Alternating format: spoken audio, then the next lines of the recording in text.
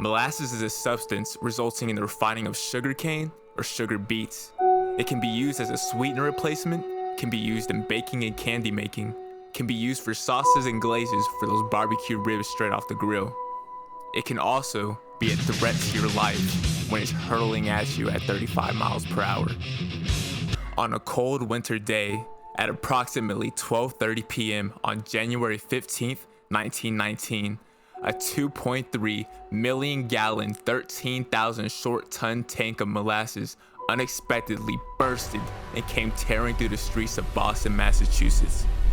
The Purity Distilling Company was a subsidiary of the United States Industrial Alcohol Company.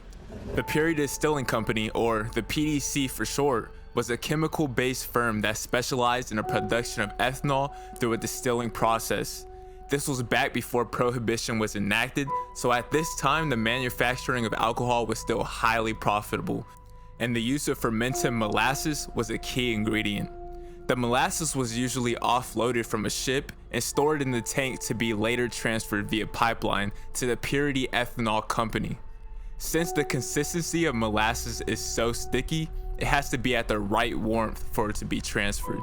Well, the ship that delivered the molasses that day before the incident had the right idea, but didn't think it through too clearly. The ship that offloaded the molasses had warmed it up in order to reduce friction within the pipeline due to the cold temperatures. When the molasses was loaded in, they ended up mixing it with the other cold molasses that was already left inside the tank, which was said to have caused thermal expansion inside, being the most probable cause to the burst. On top of that, to make matters worse, the tank was built in 1915, 4 years before the incident. It was said to have been built, quote unquote, quickly, so it wasn't the best condition wise. You take all that in and you do the math, and you probably ask yourself, what could have possibly gone wrong? The answer is a lot. A lot could have gone wrong, and a lot indeed did go wrong. Surviving witnesses said that just moments before the flood, they could actually feel a low rumble and roar comparable to a train passing by when, boom, like a scene from 90s cartoons, the rivet started shooting off the tank and 2.3 million gallons of molasses came flowing through the streets, engulfing everything within its path. Now mind you, molasses is about 40% more dense than water. To be exact, 1.4 tons per cubic meter more than water. So when the tank had burst and the molasses came flowing through the streets of Boston, it was nothing to take lightly, with the wave of molasses being measured at its peak to be 50 feet and to be tearing through the streets at 56 kilometers per hour. The wave was actually strong enough to elevate structures and to sweep nearby buildings straight off their foundations. Several surrounding blocks were flooded up to 2 to 3 feet in the aftermath. And the victims, oh man, the victims.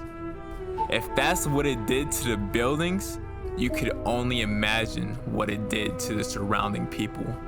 People that got caught up within the flood ended up being picked up and hurled by the molasses, with some even becoming entrapped within the sticky glob tsunami and drowning, unable to escape, not only because of the molasses consistency, but also because of surrounding cold air. Some even had debris thrown at them because of how much the molasses collected on its path.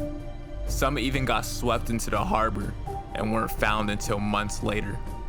And the outcome? The outcome of the flood was 50 injuries, the death of 11 people, and several horses. Some people couldn't even be recognized because of how covered in molasses they were. After the accident, 119 residents filed a class action lawsuit against the USIA. The USIA tried to say it was blown up by anarchists, but nobody was going for that. The USIA ended up having to pay $628,000, which as of 2022 would be $10.4 million in damages. After all the wreckage, Cleanup crews and several hundred volunteers helped to clean the surrounding streets and harbor, which was brown with molasses until that upcoming hot summer. Even after decades, it was said you could still smell the sweet scent of molasses that once massacred the streets of Boston.